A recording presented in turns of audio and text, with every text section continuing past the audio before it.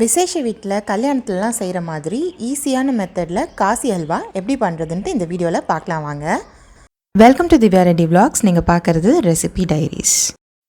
வீடியோக்குள்ளே போகிறதுக்கு முன்னாடி மறக்காமல் நம்ம சேனலை சப்ஸ்கிரைப் பண்ணிக்கோங்க. ஸோ காசி ஹல்வா பண்ணுறதுக்கு நம்ம இந்த வெள்ளை பூசணிக்காய் தான் யூஸ் பண்ண போகிறோம். ஸோ இதோட இந்த கெட்டியான தோல் போர்ஷனையும் இந்த விதை போர்ஷனையும் வந்துட்டு கட் பண்ணி எடுத்துடலாம். நமக்கு வந்து அந்த மிடில் இருக்கிற அந்த திக்கான ஒயிட் போர்ஷன் மட்டும்தான் வேணும். ஸோ இந்த தோல் வந்து கொஞ்சம் கெட்டியாக இருக்கும். ஸோ கத்தியில் நல்லா வந்துட்டு கொஞ்சம் ஆழமாக இருக்கிற மாதிரி எடுத்துருங்க. எல்லா தோலையும் வந்துட்டு இதே மாதிரி சீவி எடுத்துடலாம். நான் இன்றைக்கி வந்து ஒரு 100 கிராம் அளவுக்கு வந்துட்டு வெள்ளை பூசணிக்காய் யூஸ் பண்ணுறேன். இப்போ இந்த தோலெல்லாம் எடுத்துட்டதுக்கப்புறமா ஒரு சீவலில் போட்டுட்டு இதை வந்து நல்லா துருவி எடுத்துக்கோங்க. இந்த மாதிரி நைஸாக இருக்கணும். அடுத்தது அடுப்பில் ஒரு பேன் வச்சு 1 ஸ்பூன் அளவுக்கு நெய் ஊற்றிருக்கேன். அதில் ஒரு 7-8 முந்திரி பருப்பை 2-3 உடச்சி உள்ளே சேர்த்துக்கிறேன். இதை வந்து நல்லா வந்து கோல்டு கலர் வர அளவுக்கு ஃப்ரை பண்ணிக்கலாம். நல்லா ஃப்ரை ஆனதுக்கப்புறமா இதை மாற்றி வேறு பாத்திரத்தில் எடுத்து வச்சுட்டு இப்போ இதே நெய்யில் வந்து துருவி வச்சுருக்கிற வெள்ளை பூசணிக்காயை சேர்த்துக்கலாம். 1 கப் அளவு இருக்குது நான் துருவினது. இப்போ இதே அளவில் நம்ம சர்க்கரை சேர்க்கணும். அதனால் அளந்து பார்த்துட்டு உள்ளே சேர்த்துக்கோங்க. ஸோ இந்த நெய்யில் வந்துட்டு நல்லா இந்த வெள்ளை பூசணிக்காய் வெந்து அதோட பச்சை வாசனை போகிற அளவுக்கு வந்து வதக்கிக்கோங்க.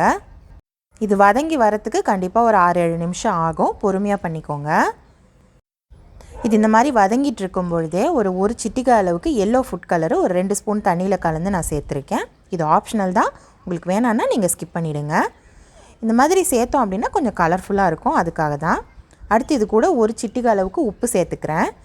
எந்த ஸ்வீட் செஞ்சாலுமே அதுக்கு வந்து கொஞ்சம் உப்பு சேர்த்துக்கோங்க. ஒரு சிட்டிகை உப்பு சேர்த்தோம் அப்படின்னா அதோடய ஸ்வீட் வந்து நல்லா வந்து நமக்கு என்ஹான்ஸ் பண்ணி கொடுக்கும். சரி பாருங்கள், நல்லா தண்ணியெல்லாம் வற்றிருச்சு. கம்ப்ளீட்டாக வந்து நமக்கு ட்ரையாக வந்துருச்சு. பச்சை வாசனையும் போயிடுச்சு. ஸோ இந்த ஸ்டேஜில் வந்து பார்த்திங்கன்னா நம்ம எந்த கப்பில் பூசணிக்காய் அளந்தோமோ அதே கப்பில் வந்து 3/4 கப்பு வந்து சர்க்கரை சேர்த்துக்கலாம். இந்த காரணத்துக்காக தான் நான் வந்து பூசணிக்காயை அளந்துக்க சொன்னேன். ஏன்னா இப்போ நம்ம அதே கப்பில் தான் வந்து சர்க்கரை அளந்து போடுறோம். 1 கப்பு அளவுக்கு பூசணிக்காய் எடுக்கிறோம் அப்படின்னா அதுக்கு 3/4 கப்பு அளவுக்கு சர்க்கரை சேர்த்துக்கலாம். அதுவே ஸ்வீட் வந்து சூப்பராக பர்ஃபெக்டாக இருக்கும். ஸோ இப்போ இந்த சர்க்கரையை வந்து சேர்த்துட்டு நல்லா கலந்து விட்டுக்கலாம்.